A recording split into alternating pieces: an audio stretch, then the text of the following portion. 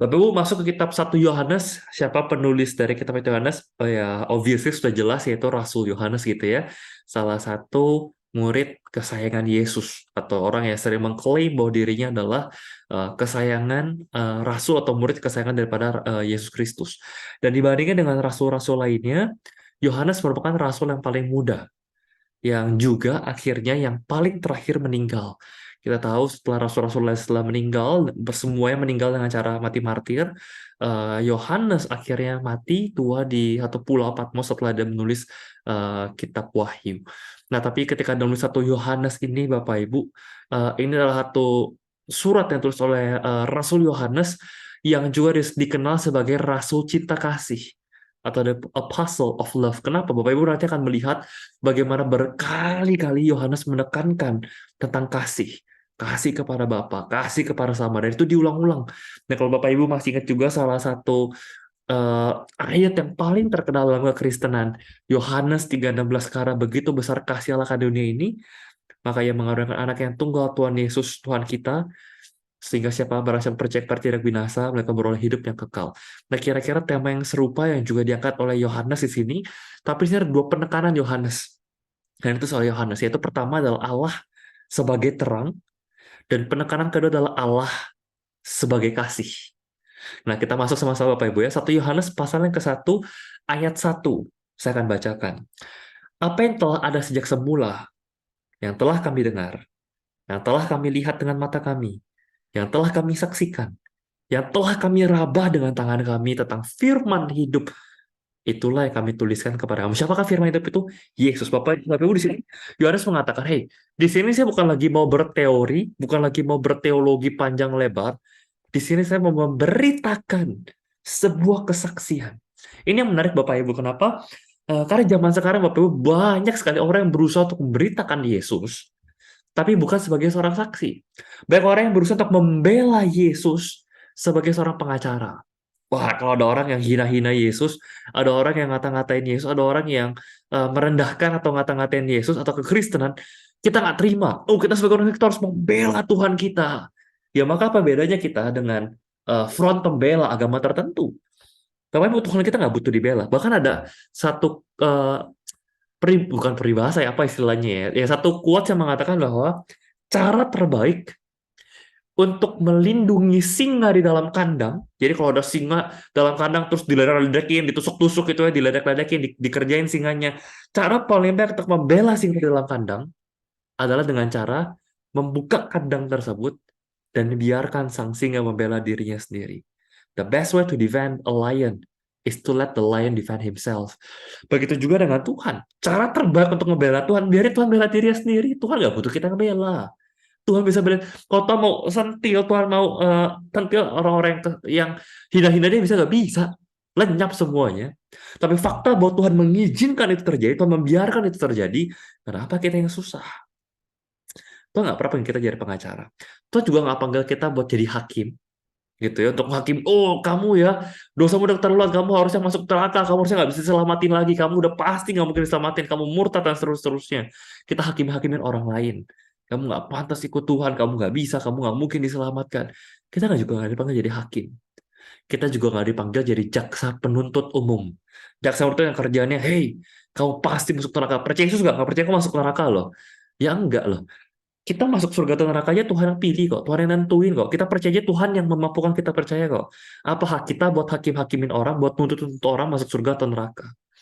Tapi sebaliknya Bapak Ibu firman Tuhan mengatakan, tetapi kamu akan menjadi saksiku ketika Roh Kudus turun di atas kamu. Apa maksud dengan saksi Bapak Ibu? Dalam sebuah pengadilan, seorang saksi dipanggil untuk apa sih?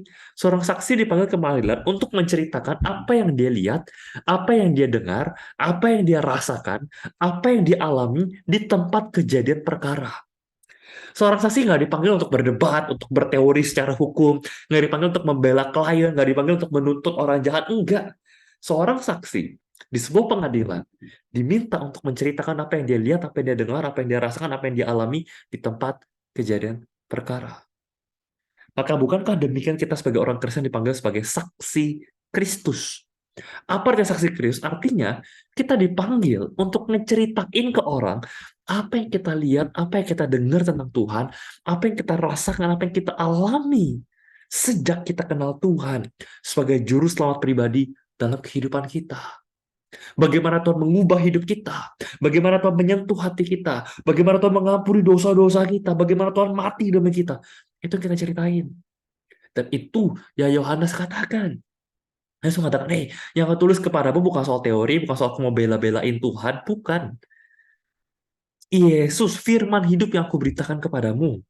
Itu yang kami dengar. Itu yang kami lihat dengan mata kami. Itu yang kami raba, kami rasakan. Itu yang kami alami. Yesus hidup, Yesus nyata dalam kesaksian kita, yaitu kesaksian melalui bagaimana Yesus hidup di dalam kehidupan kita. Maka sayang sekali kalau banyak orang mengatakan, oh saya nggak bisa kesaksian, saya nggak bisa memberitakan Injil, saya nggak bisa kesaksian. Hei, beritakan Injil nggak harus nunggu kamu lulus teologi dulu, atau sekolah kitab panjang lebar dulu. Perlu gue dasar firman Tuhan? Betul, perlu, sangat perlu. Tapi bukan berarti kau harus jadi pendeta atau penginjil terlebih dahulu untuk bisa memberitakan Injil. Kau bisa memulai dengan memberitakan kesaksian apa yang Yesus lakukan terhadap hidupmu, terhadap kehidupan kerohanianmu, terhadap kesehatanmu, terhadap pekerjaanmu, terhadap keluargamu, terhadap pernikahanmu, terhadap keuanganmu, terhadap aspek-aspek hidupmu, apa yang Yesus lakukan dalam kehidupanmu. Nah kalau kita, loh, tapi Yesus nggak pernah ngapa-ngapain. Hidup saya nggak pernah menyaksikan Yesus. Hidup saya nggak pernah mengalami Tuhan. Berarti ada yang salah dengan hidup kekristenan kita. Ada yang salah. Karena kalau kita benar-benar telah dipercaya, selama kita benar telah percaya Yesus, pasti kita ngalamin Yesus. Saya bacakan ayat berikutnya Bapak Ibu, dikatakan ayat 2, hidup itu telah dinyatakan, dan kami telah melihatnya, dan sekarang kami bersaksi memberitakan kepadamu tentang hidup kekal yang ada bersama-sama dengan Bapa, dan telah dinyatakan kepada kami. Apa yang telah kami lihat dan yang telah kami dengar, kami beritakan kepada kamu. Jadi aku tidak memberitakan kepada kamu cuma hal-hal yang aku tidak pernah ngalamin. Oh, katanya Yesus bisa memberi damai loh. Katanya Yesus memberi sukacita loh. Katanya Yesus memberi keselamatan. Bukan katanya. Tapi karena kita sudah mengalami sukacita itu, kita sudah mengalami kedamaian itu, kita sudah mengalami keselamatan itu. Supaya apa? Supaya kamu beroleh persekutuan dengan kami. Tujuan kita menceritakan apa yang Yesus alami, lakukan dalam kehidupan kita adalah supaya orang yang kita beritakan firman juga bisa ikut turut menikmati, merasakan, dan mengalami apa yang kita alami dalam kehidupan kita. Supaya dia beroleh persekutuan dengan kita. Dan persekutuan kita adalah persekutuan dengan Bapa dan Anak Yesus Kristus. Supaya apa yang Yesus lakukan dalam kehidupan kita, yang kita alami, orang yang kita ceritakan, juga bisa turut mengalami pengalaman yang sama di dalam Yesus. Sebagaimana yang lakukan di dalam kita. Dan dengan demikian sukacita kita menjadi sempurna. Nah, yang menarik di sini Bapak Ibu, dikatakan bahwa supaya kamu juga boleh ngalamin persekutuan dengan kami. Nah, Bapak Ibu, ironisnya adalah eh, banyak orang gitu ya yang berpikir bahwa saya nggak pengen ngalamin Tuhan cepet-cepet deh. Ya, saya pengennya ada pepatah yang mengatakan, pepatah yang ngawur gitu ya, mengatakan, wah, hidup yang ideal itu adalah hidup yang ketika muda foya-foya, tua kaya raya, mati masuk surga, gitu kan ya. Udah kalau bisa jangan cepet-cepet percaya Tuhan, percaya Tuhan nggak enak, jadi orang itu nggak enak. Nanti udah sekarat, udah puas foya-foyanya, udah sekarat, udah tua, udah mau mati, ya baru percaya Tuhan, baru dia masuk surga. Seolah-olah ikut Tuhan nggak enak. Padahal Bapak Ibu, kalau kita benar mengasihi seseorang, kita bakal pengen orang tersebut secepat-cepatnya kenal Tuhan. Kenapa? Makin cepat dia kenal Tuhan, makin cepat dia bisa menikmati kedalaman anugerah, kedalaman kedamaian, betapa tingginya sukacita yang bisa kita alami ketika kita di dalam Yesus. Ya nggak mungkin bisa dialami kalau di luar Kristus, ya nggak bisa dibeli pakai uang. Jadi kata siapa? Oh, ke Tuhan nggak enak. Nanti tunggu mau mati baru percaya Yesus. Enggak. Semakin cepat kita kenal Tuhan, makin cepat kita bisa ngalamin dan nikmatin kasih karunia anugerah dia berlimpah-limpah. Makin kita gampang hidup terlepas dari kekhawatiran dan ketakutan. Itu tujuan kita. Kita bersaksi kepada orang lain apa yang kita alami sebagai saksi. Supaya orang juga bisa punya kerinduan mengalami yang kita alami. Maka kalau kita belum punya pengalaman untuk kita saksikan, ada yang salah dengan relasi kita sama Tuhan. Masuk ke ayat 1 bagian kedua Bapak Ibu dikatakan Allah adalah terang. Saya bacakan Bapak Ibu, dikatakan demikian. Dan inilah berita yang telah kami dengar dari Dia dan yang kami sampaikan kepada kamu, bahwa Allah adalah terang dan di dalam Dia sama sekali gak ada kegelapan. Maka jika kalau kita katakan bahwa kita beroleh persekutuan dengan Dia, namun kita hidup dalam kegelapan, kita berdusta dan kita tidak melakukan kebenaran. Maka tadi saya bilang, kalau kita bilang kita udah hidup percaya Yesus, kita udah jadi orang Kristen sungguh-sungguh selamat, tapi kita nggak pernah hidup ngalamin Tuhan, kita nggak ada perubahan hidup, kita terus hidup dalam kegelapan, ada yang salah dengan situ. Jangan kita belum benar-benar diselamatkan. Ayat 7 dikatakan, tetapi kalau kita hidup di dalam terang sama seperti Dia, ada di dalam terang, maka kita beroleh persekutuan seorang dengan yang lain. Dan darah Yesus anak itu menyucikan kita daripada segala dosa. Bapak saya mengasih ilustrasi terang dan gelap seperti itu. Bapak saya bisa mengatakan bahwa terang itu selalu mengalahkan tanda kutip kegelapan. Atau terang selalu mengusir kegelapan. Saya contoh gini, tempat yang gelap gitu ya, disinarin senter, maka dia akan menjadi terang. Tapi nggak ada namanya di tempat yang terang di bawah matahari, lalu kita nyalain ada senter kegelapan, kita nyalain tiba-tiba satu cahaya, bukan satu lorong yang gelap. Nggak bisa. Terang bisa membuat kegelapan itu sirna. Tapi kegelapan nggak bisa membuat terang itu sirna. Misalkan Bapak Ibu, bisa bayangin nggak? Kita di ruangan yang gelap, gitu ya, terus kita nyalain senter, senter itu terang. Maka yang tidak terlihat dalam kegelapan sekarang bisa kita lihat. Tapi kalau kebalik, kita di tempat yang terang, yang terbuka, terang benderang, kita nggak bisa pakai alat untuk bikin, tiba-tiba semua jadi gelap, kita nggak kelihatan apa-apa. Nggak bisa. Kita nggak bisa menggelapkan terang, tapi kita bisa menerangi kegelapan. Itu yang saya tadi katakan bahwa terang selalu mengalahkan kegelapan. Maka, kalau kita ibaratkan hati kita manusia yang belum kenal Kristus adalah hati yang gelap, gitu ya. Lalu Kristus datang dan hidup di dalam diri kita, dan Kristus adalah terang, maka dengan sendiri hati kita akan menjadi hati yang terang. Ada terang dalam diri kita yang menerangi hati kita. Tapi sebaliknya juga, kalau orang sudah punya Kristus dalam dirinya, orang sudah punya terang dalam dirinya, lalu kita pengen bikin gelap, ya gak bisa. Ngerti gak sih? Kayak tadi ruangan yang udah terang, kita mau gelapin pakai senter kegelapan, gak ada. Ruangan yang gelap bisa diterangi dengan senter terang. Tapi ruangan terang nggak bisa digelapin dengan senter kegelapan. Begitu juga dengan hati yang udah ada Yesus, gak bisa tuh mau digelap-gelapin tuh gak bisa. Makanya dengan sendiri akan terpancar. Orang yang sudah benar-benar terima Tuhan, nggak mungkin hidup dalam kegelapan. Apa artinya hidup dalam kegelapan? Nggak mungkin hidup terus-menerus dalam dosa yang najis, dosa yang begitu besar. Ntar kita lihat ada dosa yang mematikan dan seterusnya. Nggak mungkin. Bisa nggak dosa? Bisa, karena kita dalam daging. Tapi dosa kita akan membuat kita tidak nyaman. Akan membuat kita merasa bersalah. Akan membuat kita pengen bangkit, pengen berhenti dosa. Tapi kalau justru kita udah terima Tuhan terus kita pengen, saya pengen dosa lebih gede lagi. Saya pengen dosa lebih gede tanpa rasa bersalah, malah pengen dosa yang lebih besar lagi, lebih lebih tinggi lagi. Artinya dari awal yang belum ada terang dalam hati kita. Belum ada Yesus, kita belum sungguh-sungguh Islam. Kita pikir kita diselamatkan. Tapi Yesus yang adalah terang belum benar-benar hidup dalam diri kita. Ini yang digambarkan dalam 1 Yohanes bagian yang pertama. Ayat 8 dikatakan, jika kita berkata bahwa kita tidak berdosa, maka kita menipu diri kita sendiri, kebenaran tidak ada dalam diri kita. Kita memang berdosa. Betul. Bukan berarti kalau ada terang kita nggak bisa dosa. Enggak. Kita masih dalam tubuh jasmani.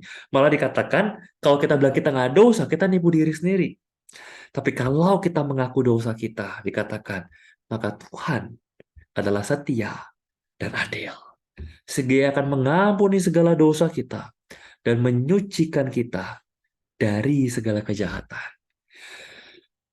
Ketika ada terang dalam diri kita, Bapak Ibu, dan ada dosa, ada kegelapan yang timbul, maka terang tersebut akan menyoroti kegelapan dan kita langsung ini ada yang salah dalam diri kita. Ada yang salah dengan hati kita. Dan ketika kegelapan tersebut terekspos oleh terang Kristus, apa bisa kita lakukan? Kita mengaku. Kita bisa milih dua. Kita menutupi dosa kita di hadapan terang tersebut, atau kita mengakui. Mengaku artinya kita membuka di hadapan Tuhan, di hadapan terang.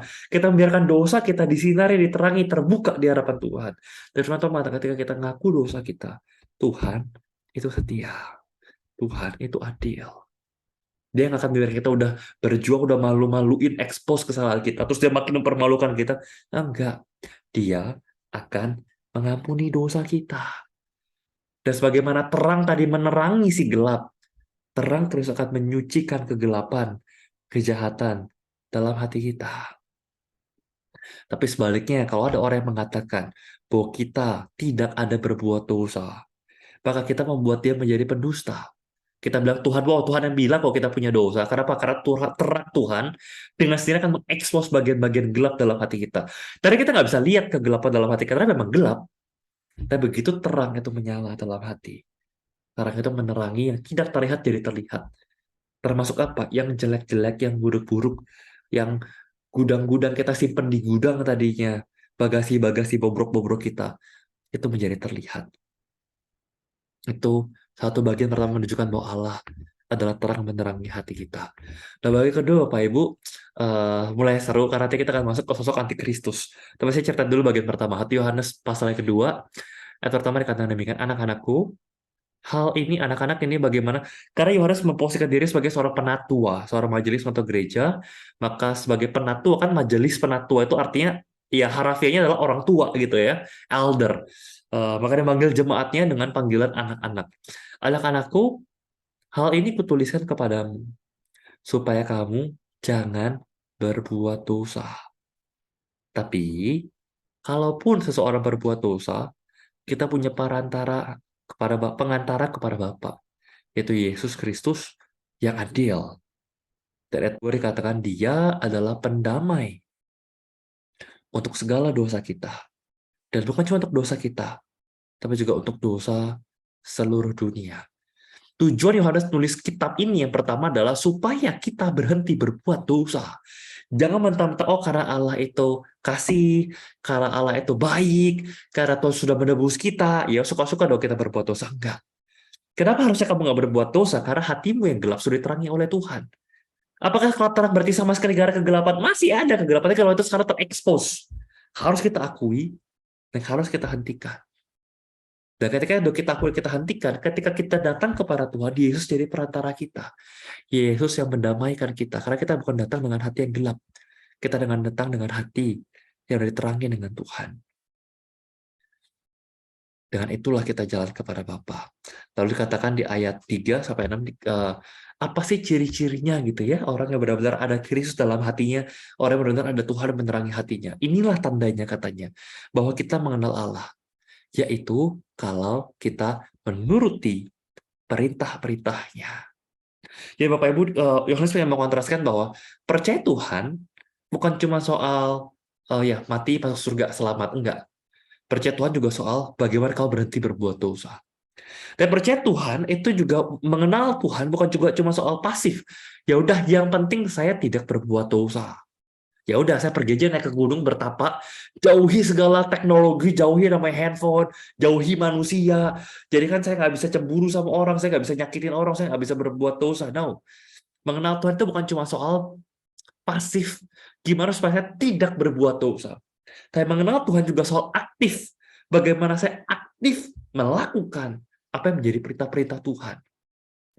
Ayat 4 dikatakan, barang siapa berkata, aku mengenal dia, aku mengenal Yesus, aku mengenal Tuhan. Tapi ia tidak menuruti perintahnya, ia adalah seorang pendusta. Dan di dalamnya tidak ada kebenaran. Tapi barang siapa nurut firman Tuhan, di dalam orang itu sungguh sudah sempurna kasih Allah. Dengan itulah kita ketahui bahwa kita ada di dalam dia. Dan barang siapa mengatakan bahwa ia ada di dalam dia, ia wajib hidup sama seperti Kristus telah hidup. Jadi gini Bapak Ibu, gimana cara kita tahu kalau kita sudah benar-benar diselamatkan? Gimana cara kita tahu bahwa Kristus sudah benar-benar hidup di dalam diri kita, menjadi terang dan menerangi kehidupan dan hati kita? Gimana cara kita tahu? Kita tahu melalui kehidupan kita. Kita tahu Yesus hidup, kita udah selamatin ketika kita hidup menuruti firman Tuhan. Karena dengan begitulah kita tahu bahwa kita ada di dalam Dia dan Dia ada di dalam kita. Jadi ciri-ciri orang yang sudah benar-benar diselamatkan adalah itu terlihat lewat kehidupan dia. terlihat lewat perbuatan, terlihat lewat hatinya. Ada gak kerinduan untuk hidup buat Tuhan? Ada gak kerinduan untuk menuruti perintah-perintahnya? Ada gak kerinduan untuk secara aktif berbuat yang menyenangkan Tuhan? Kalau ada, itu artinya kamu sudah diselamatkan. Karena orang yang belum benar-benar diselamatkan, orang yang gak punya Tuhan yang menerangi hatinya, nggak mungkin punya kerinduan untuk menjalani hidup, melakukan perintah Tuhan. Nggak mungkin menjalani hidup, ingin menyenangkan Tuhan, pengen nurutin firman-Nya, gak mungkin. Tapi justru kita tahu, kita sadar, hey, aku yakin aku selamatkan apa? Ini buktinya. Aku punya kerinduan untuk hidup menuruti firman Tuhan, untuk hidup taat di harapan Tuhan. Itu cerita, itu ciri-cirinya. Nah, maka Yohanes 2 masuk ke ayat 9 dikatakan demikian, perintah baru. Barang siapa berkata bahwa ia berada di dalam terang, tapi ia membenci saudaranya, ia berada di dalam kegelapan sampai sekarang. Barang siapa mengasihi saudaranya, ia tetap berada di dalam terang, dan di dalam dia tidak ada penyesatan. Tapi barang siapa membenci saudaranya, ia berada di dalam kegelapan dan hidup di dalam kegelapan. Ia tidak tahu kemana ia pergi, karena kegelapan itu membutakan matanya. Intinya gini Bapak Ibu, kenapa dikatakan perintah yang baru? Karena kalau kita cuma ikut Tuhan terus melakukan perintah, maka apa bedanya kita dengan orang-orang Farisi atau orang-orang di zaman perjanjian lama? Justru yang lama hidup berusaha untuk mentaati firman Tuhan, mengikuti perintah dan menjauhi larangan. Jadi soal supaya tidak berdosa, pasif, tapi juga aktif melakukan yang baik, ikuti perintah Tuhan, itu bukan hal yang baru. Itu udah ada dari perjanjian lama. Maka apa yang membuat kita berbeda sebagai orang Kristen kalau ujung-ujungnya, oh kita selamat terbukti, terlihat dari kita taat firman Tuhan. Apa bedanya? Bedanya adalah motivasinya. Etika kekristenan itu bukan cuma etika perbuatan, tapi etika motivasi dan etika implikasi. Jadi kalau saya melakukan benar sih, saya mentaati firman Tuhan gitu ya. Kalau motivasinya salah, tetap salah. Sekarang motivasimu apa?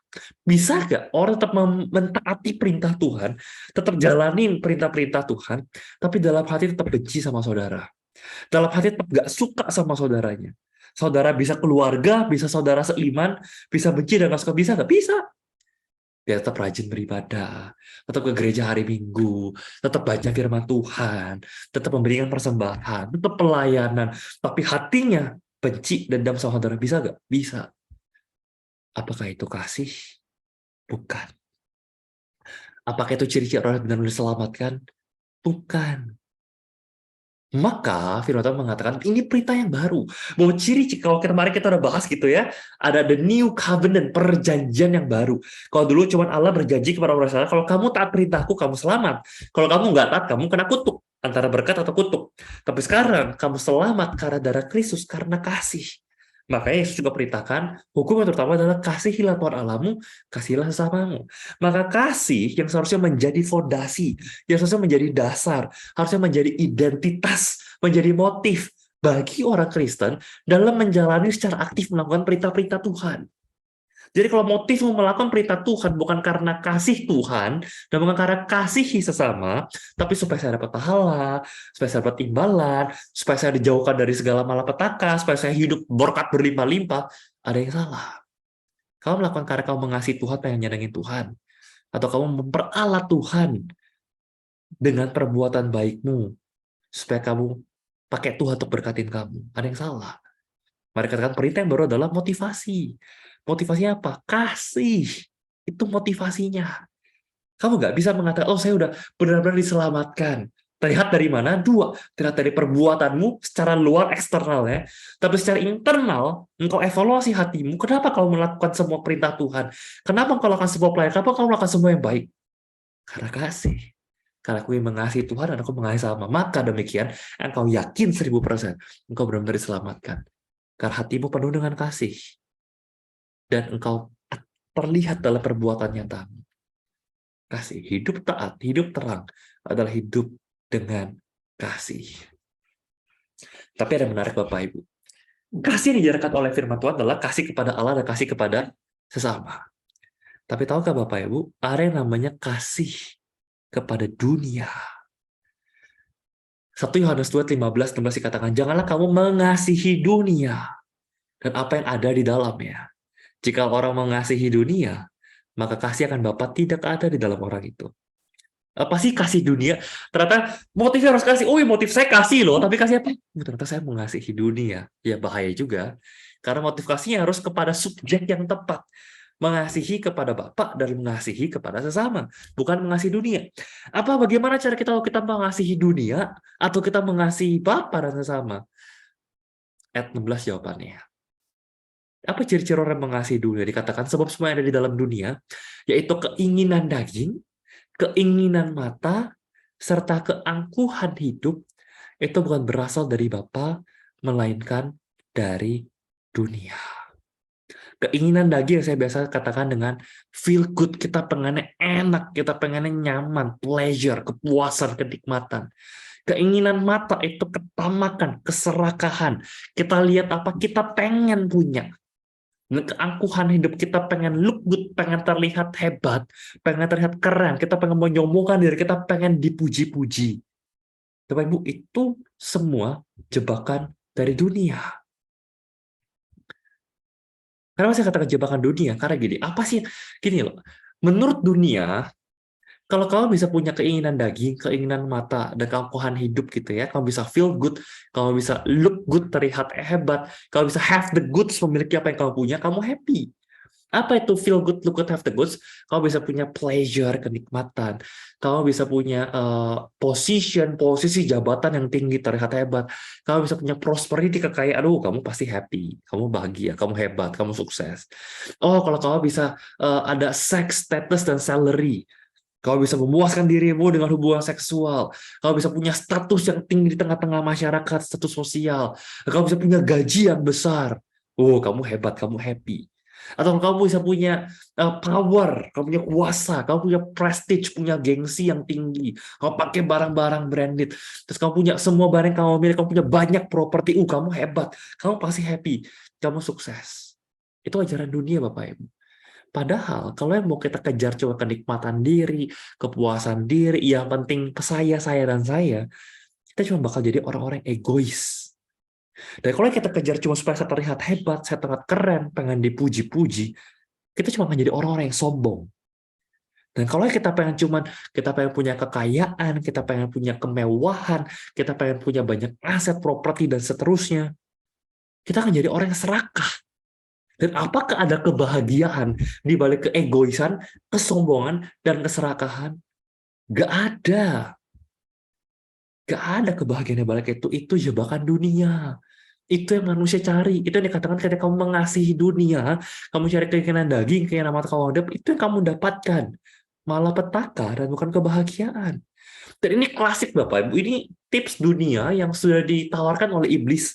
Artinya kita jauh, bahkan dari pertama kali manusia ada.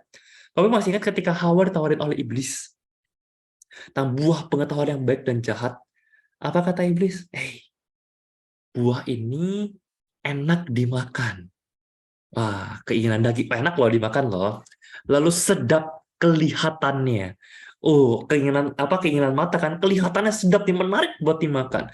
Nah, kalau kamu makan, kamu jadi seperti Tuhan. Keangkuhan hidup. Dia pengen hebat jadi sama seperti Tuhan. Ada hasilnya? Enggak. Malah manusia jatuh dalam dosa, harus diusir dari Taman Eden, dan harus menanggung maut, dan seterusnya. Apalagi jebakan berikutnya, ketika Yesus di padang gurun ditawarin oleh iblis. Apa yang ditawarin oleh iblis di padang gurun ketika berpuasa 40 hari padang gurun? Yesus, ubahlah batu menjadi roti. Keinginan daging, kamu lapar loh 40 hari puasa, ayo makan, ubah batu jadi roti, keinginan daging. Lalu Pak Yesus, coba loncat dari sini, panggil malaikat menenteng engkau, pegangin engkau. Keangkuhan. Tunjukin dong kamu hebat. Hebat ya Yesus ya. Dia mau jatuh aja, malaikat loh yang turun dari surga buat nopang dia. Buktikan dong kamu hebat. Terlihat hebat. Lalu apa yang ketiga? Iblis katakan, Yesus coba lihat, semua kerajaan ini akan kuberikan kepadamu. Keinginan mata, keserakahan. Lalu ini ujung-ujungnya Bapak Ibu, semua dosa, semua pencobaan kita, ujung-ujungnya berasal dari sini. Berasal dari kasih kepada dunia. Ketika kita lebih mengasihi dunia daripada mengasihi sama, kita jatuh dalam dosa. Kayak kita boleh memilih keinginan daging, pengen nikmat, keinginan mata, serakah, pengen mau, pengen memiliki, dan keangkuhan hidup, pengen dipuji, pengen sombong. Habis Bapak Ibu. Itu ciri-ciri kejatuhan yang ditawarkan oleh dunia. Maka Bapak Ibu, kita masuk ke bagian berikutnya, tiba-tiba membahas tentang sosok antikristus. Setelah Yohanes memperingati kita bahwa inilah istilahnya apa ya, ini strategi iblis yang dari bertahun-tahun, dari ribuan tahun lalu, yang nggak berubah-berubah. Dari zaman manusia, Taman Eden sampai hari, diulang-ulang teknik gitu, tapi manusia jatuh terus gitu ya. Sampai nanti ada satu sosok iblis yang disebut dengan, ya bukan satu sosok lah, satu sosok penguasa dunia yang diberikan kekuatan oleh setan yang disebut dengan antikristus. Dan antikristus cuma muncul di kitab 1 Yohanes pasal yang kedua gitu ya, dan ntar ada di 2 Yohanes. Di bawahnya juga muncul, tapi bukan dengan istilah antikristus, tapi ada istilah binatang gitu ya, yang berkuasa, atau di kitab Daniel dan nubuatan tentang nanti ada binatang yang berkuasa sampai anak manusia datang untuk membebaskan, itu Yesus Kristus mengalahkan. Nah, ini ada sosok antikristus. Tapi sini Bapak Ibu kalau kita perhatiin dikatakan begini, 1 Yohanes 2 ayat 18. Anak-anakku, waktu ini adalah waktu yang terakhir.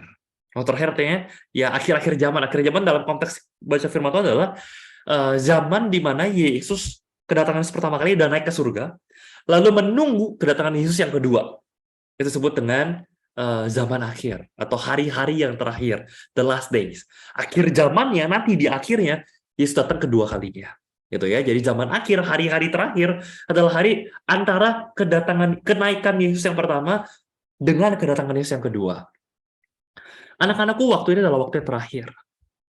Dan seperti yang banyak kamu dengar, satu orang ya, antikristus akan datang. Sekarang telah bangkit banyak antikristus. Loh, dia agak bingung nih. Katanya, seorang antikristus akan datang. Artinya, cuma satu antikristus akan datang. Udah datang belum? Belum datang, di masa depan. Tapi tiba-tiba kalimat berikutnya, sekarang telah bangkit banyak antikristus. Ada banyak. Tadi cuma seorang, sekarang banyak. Tadi belum datang, nanti ke depan masa depan. Sekarang udah ada, udah banyak. Nah, di sini Bapak Ibu menandakan antikristus di kalimat yang pertama dan antikristus di kalimat yang kedua itu dua sosok yang berbeda. Antikristus di kalimat yang pertama itu sosoknya satu orang. Ya, nanti kita ketahui satu sosok penguasa yang ya itu tanda-tanda di akhir zaman lah nanti. Yang sosok berkuasa, diberikan kuasa oleh setan, iblis, dan seterusnya. Tapi nggak usah ngomongin tentang antikristus yang nanti dulu, yang belum datang, yang satu sosok tadi itu. Sekarang udah banyak sosok antikristus. Atau artinya kalau kita lihat pakai bawah, orang-orang yang punya spirit, punya roh antikristus. Di sini kata antikristusnya bisa berarti dua, Bapak Ibu. Anti di sini bisa berarti bahwa dia menolak Kristus, menentang Kristus, menyangkali Kristus, atau anti di sini adalah kebalikan dari Kristus, atau yang menggantikan Kristus. Gitu. Tapi kalau kita lihat di sini artinya dia bukan sosok yang menggantikan atau setara dengan, tapi sosok yang menentang, menolak, menyangkali Yesus, nggak mau terima Yesus. Itu banyak. Jadi dalam konteks ini Yohanes nanti kalau kita lihat dia berbicara soal pengajar-pengajar palsu yang mengatakan gak butuh Kristus. Ini ya, maksudnya gimana ya? Mereka mengaku mereka Kristen, tapi mereka nggak mengikuti Kristus. Itu yang harus mengatakan, kamu, ntar kita lihat tentang kasih gitu ya, kamu nggak bisa mengatakan kamu orang Kristen, tapi kamu nggak percaya Yesus, tapi kamu nggak ikut Kristus, nggak bisa.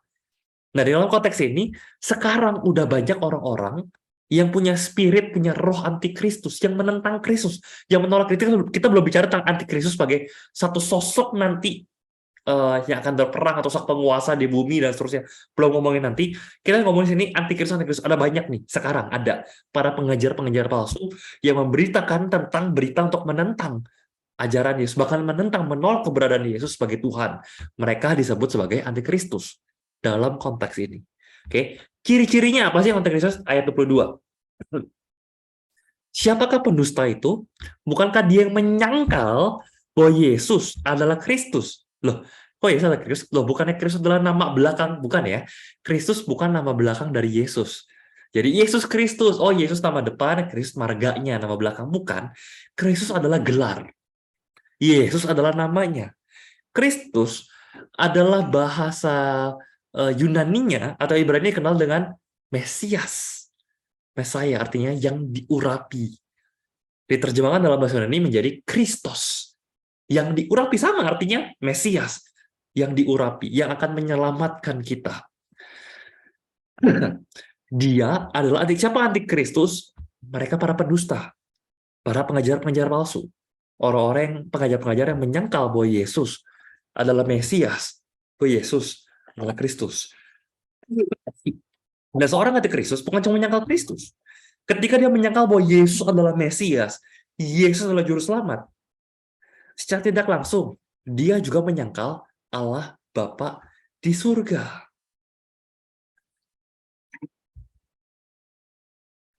Kenapa dikatakan dia menyangkal Allah Bapa di surga? Nanti kita lihat Bapak Ibu ya. Di ayat berikutnya ada teologinya tentang Allah Bapa dan juga kepada Yesus. Kenapa sebagai anak Allah dan kenapa kalau menyangkal Yesus itu menyangkal Allah Bapa. Sebelum masuk ke sana saya pengen kasih lihat dulu ayat 27 dia katakan demikian. Semua itu kutulis kepadamu yaitu mengenai orang-orang yang berusaha menyesatkan kamu.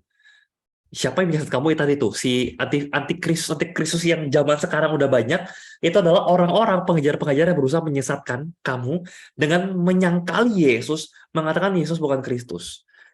Dalam diri kamu tetap ada pengurapan yang telah kamu terima daripadanya. Karena itu tidak perlu kamu diajar oleh orang lain. Tapi sebagaimana pengurapan yang mengajar kamu tentang segala sesuatu, pengajar itu benar, tidak dusta, sebagaimana ia dahulu telah mengajar kamu, demikian karena kamu tetap tinggal dalam dia. Nah ini juga ayat yang sering dipelintir Bapak. Oh, ya nggak usah lah belajar, nggak usah berburu firman Tuhan, baca aja, belajar ya sendiri kan udah kasih pengurapan. Nggak usah belajar teologi, ntar kan Roh Kudus bisa berkata-kata kepada aku. Dan ini pengen saya lurusin juga Bapak Ibu di sini.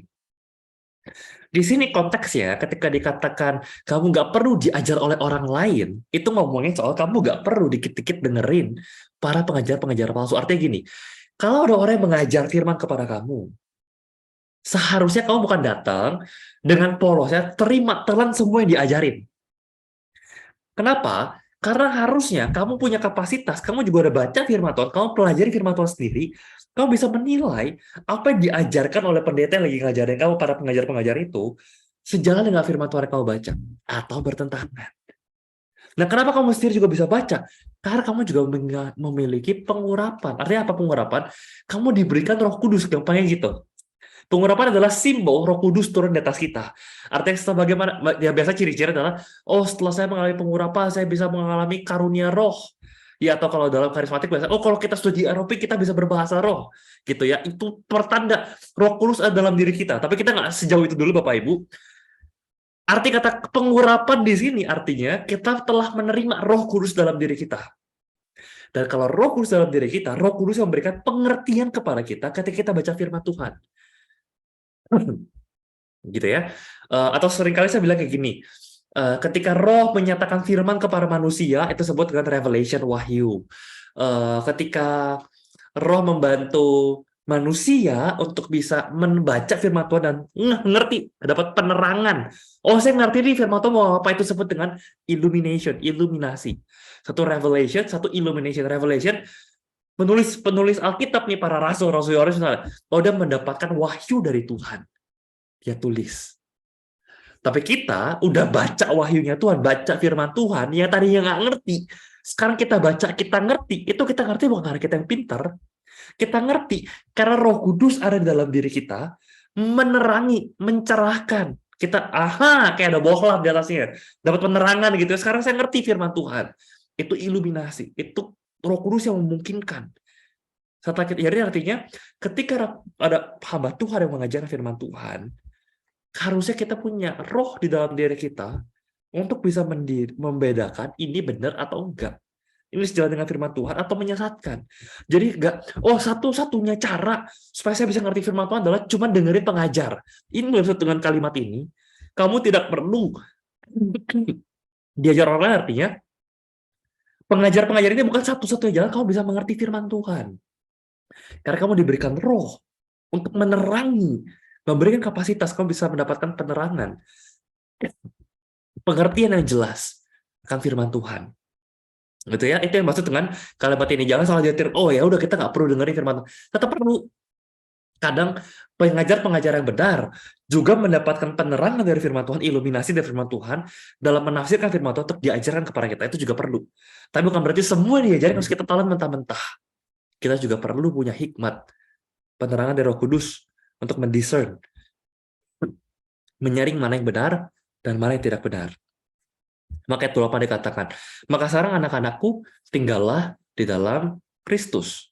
Supaya apabila dia menyatakan dirinya, kita beroleh keberanian percaya, dan tidak usah malu terhadap dia pada hari kedatangannya. Jadi jangan sampai kita akhirnya sekarang diobok-ambingkan oleh pengajar-pengajar palsu. Tadi kan dikatakan, kita udah di zaman akhir. Kita lagi menunggu kedatangan Yesus yang kedua.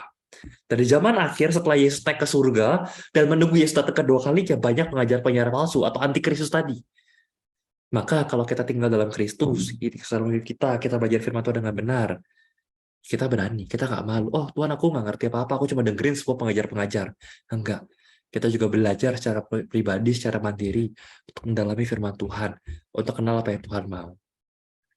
Nah, masuk ke Yohanes yang pasal ketiga, Bapak Ibu. Kalau dua bagian pertama mendengar Allah adalah terang, dari kita lihat, oh Allah terang, menyinari kegelapan, Roh Kudus menerangi kita supaya kita bisa punya pemahaman akan firman Tuhan, iluminasi. Pokoknya tadi fokus bahwa tentang terang, terang, dan terang. Maka berikutnya kita kan banyak diulang-ulang kasih, kasih, kasih, kasih, dan kasih. Berulang-ulang kasih, kasih, dan kasih. Dan saya cepat Bapak Ibu, Yohanes 3, 1 Yohanes 3 ayat 1 dikatakan, lihatlah betapa besarnya kasih yang dikaruniakan Bapa kepada kita, sehingga kita disebut anak-anak Allah. Dan nama kita adalah anak-anak Allah, karena itu dunia tidak mengenal kita, sebab dunia tidak mengenal Dia.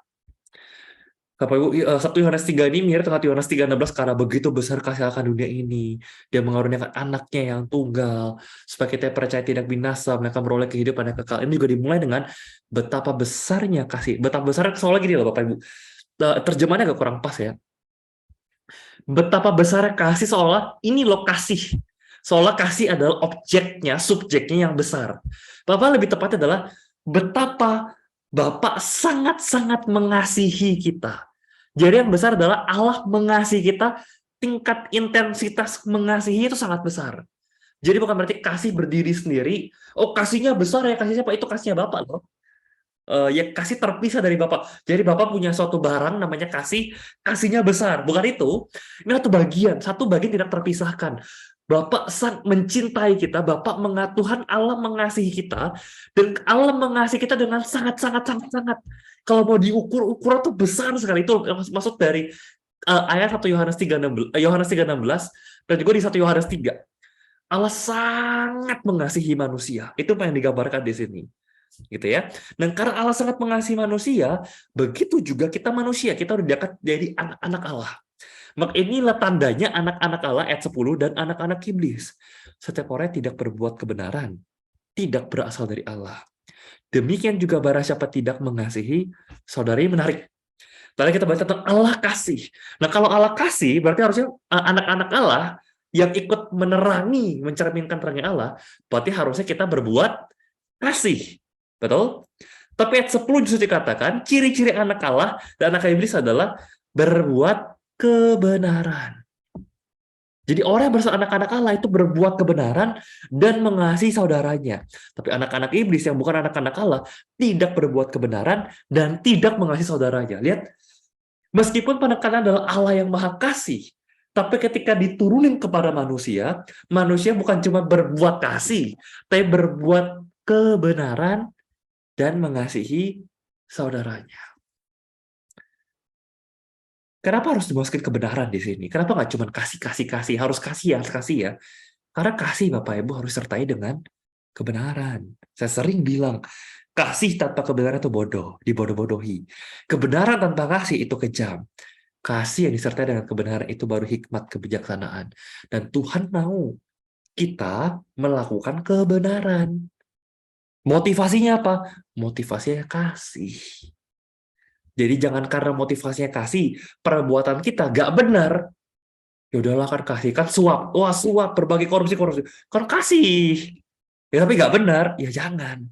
Motivasinya kasih, tapi perbuatannya harus benar. Kebenaran dan kasih tidak bisa dipisahkan. Nah, bagian berikutnya sangat menarik, Bapak dikatakan nih. Seperti inilah berita kamu dengar dari mulai itu bahwa kita harus saling mengasihi. Gimana cara saling mengasihi? Ayat 16 dikatakan demikian. Demikianlah kita ketahui kasih Kristus, yaitu bahwa Ia telah menyerahkan nyawanya untuk kita. Jadi, kita pun wajib menyerahkan nyawa kita untuk saudara-saudara kita. Nah, loh. Bapak Ibu, kita semua orang Kristen hafal Yohanes 3:16. Karena begitu besar kasih Allah, Ia kasih anaknya tunggal. Kalau kita percaya, kita selamat. Tapi jarang sekali orang Kristen hafal 1 Yohanes 3:16. Demikian kita tahu kasih Kristus. Yesus mati nyerahin nyawa buat kita.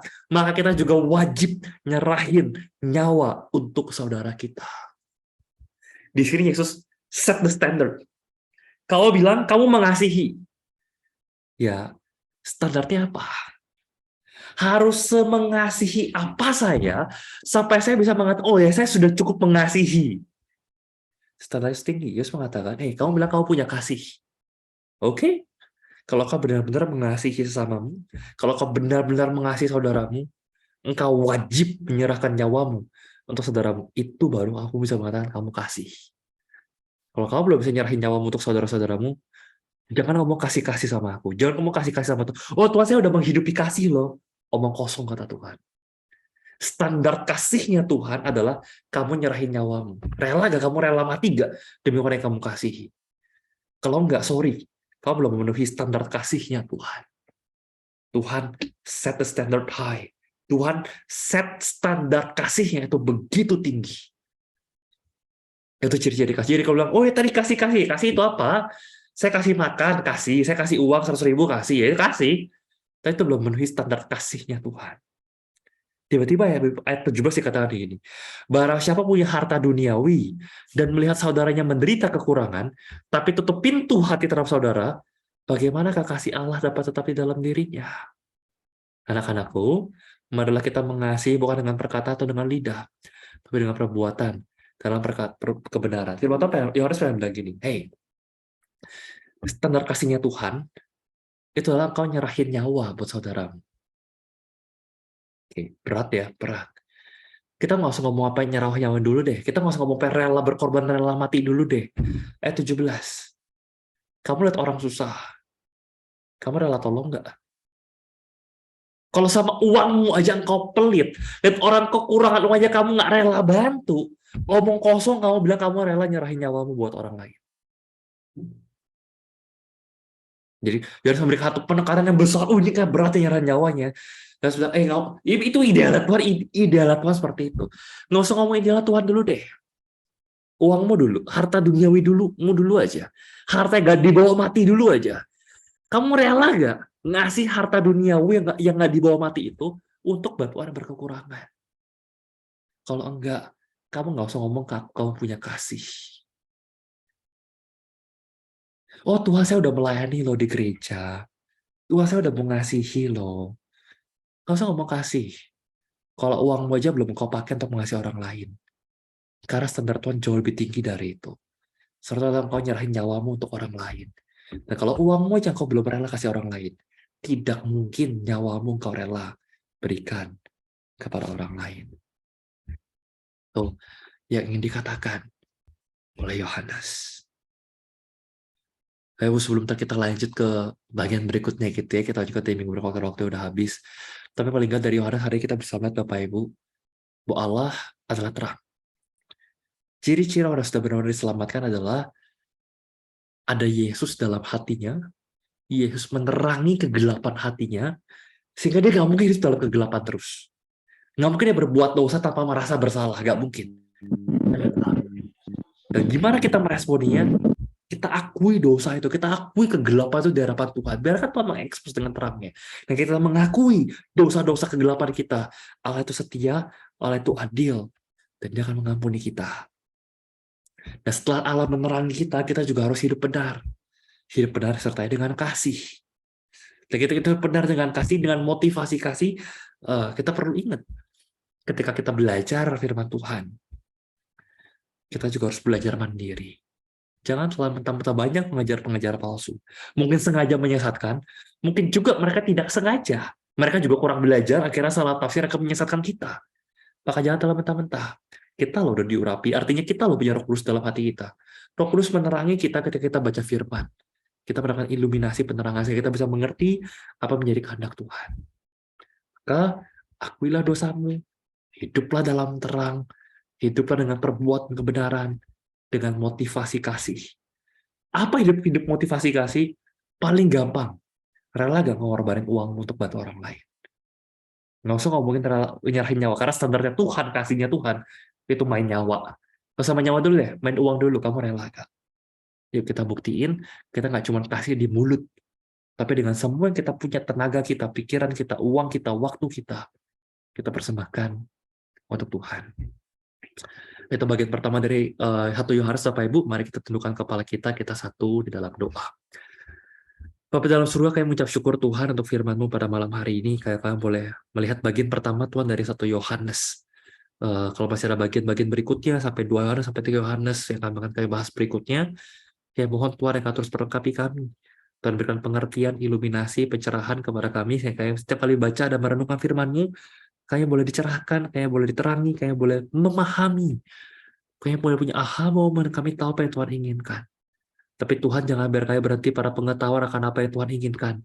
Tapi biar kami juga boleh melakukan, mentaati firman Tuhan. Melakukan kebenaran dengan motivasi kasih. Dan Tuhan jangan biarkan kami lebih mengasihi dunia daripada mengasihi Tuhan. Jangan biarkan kami dijebak oleh keinginan daging, keinginan mata, dan juga keangkuhan hidup. Tapi biar hati kami boleh dipenuhi dengan kasih kepada Tuhan. Kasih kepada sama. Dengan mengingat-ingat bahwa Tuhan yang terlebih dahulu mengasihi kami, sampai rela menyerahkan nyawanya bagi kami. Terima kasih Tuhan, terpuji nama-Mu. Hanya dalam nama Tuhan Yesus Kristus, kami berdoa, kami bersyukur untuk firman malam hari ini. Amin.